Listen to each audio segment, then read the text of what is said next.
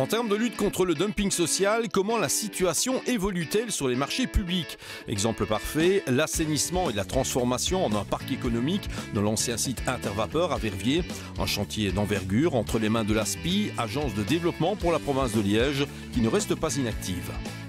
Il existe des clauses de concurrence au niveau européen qui doivent être respectées. Donc on ne peut pas comme ça simplement décréter que nous on ne veut pas que tel et tel travailleur vienne travailler sur nos sites. Par contre, ce qu'il est possible de faire, c'est d'introduire dans nos marchés publics toute une série de clauses qui indiquent une provenance, une origine, une qualité de travail aussi, qui sont spécifiques à certaines entreprises. Et ça, on en est conscient et on travaille constamment dessus depuis maintenant un petit peu plus d'1 an.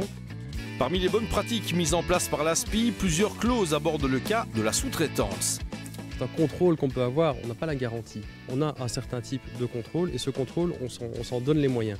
Nous sommes aussi dans une logique de pouvoir public. L'ASPI est un pouvoir public et en tant que pouvoir public, il se donne les moyens d'être exemplaire par rapport à ça. Ce qui veut dire que, bien sûr, à un moment donné, il y a des questions de coûts écrasés, etc. Nous voulons que le tissu économique local soit représenté sur nos chantiers. C'est aussi une obligation morale pour nous. Si doute il y a, l'ASPI n'hésite pas à faire intervenir le SPF Emploi, des contrôles dont le coût est répercuté sur les soumissionnaires, afin d'inciter ces derniers à faire preuve de vigilance. C'est néanmoins au niveau européen que les choses doivent d'abord bouger. On peut l'attendre, on peut l'espérer. Il semble qu'il y ait du mouvement pour l'instant, parce qu'il y a une prise de conscience européenne, une identité européenne aussi qui se reconstruit, semble-t-il, progressivement. Mais ça, ce n'est pas à nous de le dire. Nous, ce qu'on doit faire, c'est en attendant que de ce côté-là, ça évolue, se donner un maximum de chances pour que les entreprises du territoire puissent travailler sur nos chantiers.